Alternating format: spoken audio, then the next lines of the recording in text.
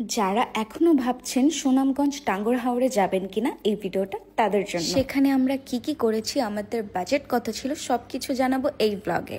প্রথমেই রাতে আমরা পার পারসন 1120 টাকা করে বাসের টিকিট কেটে রওনা দিই সুনামগঞ্জের উদ্দেশ্যে।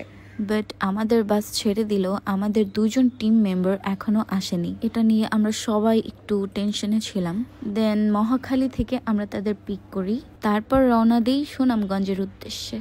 ব্রেক টাইমে আমরা আমাদের ডিনারটা সেরে ফেলি, বাট রেস্টুরেন্টের নামটা আমি ভুলে গেছি অ্যাকচুয়ালি।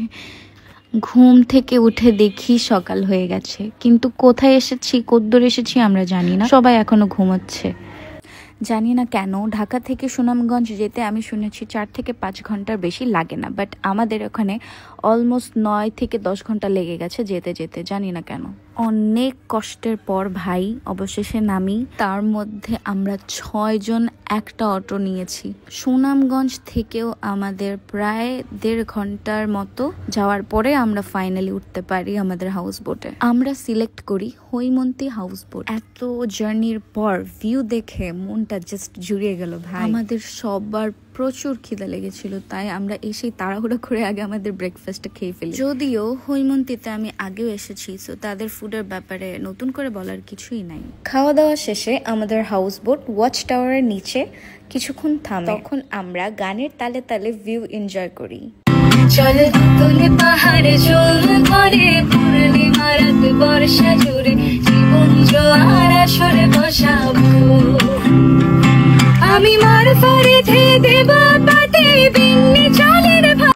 লাঞ্চে ছিল মজার মজার হাওড়ের মাছ, একদম বাঙালিয়ানা খাবার, সাথে সুন্দর পাহাড়ের ভিউ। চমৎকার কম্বিনেশন। খাবার শেষ করতে করতে আমাদের নীলাদ্রি লেকে নামিয়ে দিল। আমার মনে হয় সুনামগঞ্জ যাওয়ার এটাই মনে হয় একদম পারফেক্ট সময়। ভিউটা দেখে মনে হচ্ছে আমি এখন হাত বাড়ালেই মেঘ ধরতে পারবো। যারা টাঙ্গুয়ার হাওর সুনামগঞ্জ যেতে চাচ্ছেন, এখনো যাচ্ছেন না, তাদের বলবো প্লিজ তাড়াতাড়ি যান, এই ভিউটা জাস্ট এনজয় করে আসেন। বাট আই থিঙ্ক আমি প্রেফার করব এখানে ফ্যামিলি নিয়ে গেলে আপনারা হয়তো একটু বেশি এনজয় করতে পারবেন, কারণ এখানে আমি কোনো ফ্রেন্ডস গ্রুপ লাইক আমাদের মতো কোনো টিম দেখি নাই। আর তারপর পাহাড়ে একটু ঢং করলাম আর কি। এখানে কিছু ক্লিপ নেওয়ার পরে আমরা রওনা দিলাম লাকমাছড়ার উদ্দেশ্যে। সন্ধ্যার আকাশ মেঘলা, পাশে দেখা যাচ্ছে ইন্ডিয়ার বর্ডার। হালকা টিপটিপ বৃষ্টিও পড়ছিল। এই নীলাদ্রি লেকে নামার পর লাকমাছড়ার এই ভিউটা অবশ্যই আপনারা মিস করবেন না। ছবি তুলতে তুলতে টায়ার্ড হয়ে গেছি। এদিকে ছোট্ট ফিজা বেচারি ড্রেস ভিজে একাকার। এই হলো অবস্থা। আপনার কি অবস্থা? আমার নাই কোনো ব্যবস্থা। এই যে তারা ধীমে ধীমে কচ্ছপের মতো আসছে। সন্ধ্যায় আমাদের নাস্তা ছিল থাই স্যুপ আর হচ্ছে ফ্রেঞ্চ ফ্রাই।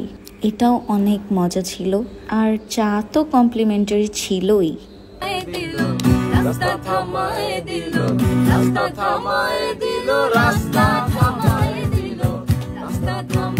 তারপর আবার অনেক জোস একটা গানের আড্ডা দিলাম। বোটে যারা ছিল সবাই গানের তালে তালে অনেক এনজয় করছিল। রাতে আমাদের জন্য মেক করা হচ্ছিল বারবিকিউ। ওদের বারবিকিউটা বেস্ট ভাই। বারবিকিউর জন্য ওয়েট করতে করতে এই ফাঁকে আমরা একটু লুডো খেলেছি, যদিও আমি কিছুই পারি না। তারপর অনেক অপেক্ষার পর ফাইনালি আমাদের মজার বারবিকিউ চলে আসে। আজকের ভিডিও এইটুকুই। নেক্সট ভিডিওতে জানাবো আরো কিছু সুন্দর সুন্দর প্লেস, কি কি ঘটেছে, কত বাজেট ছিল সব। Bye bye.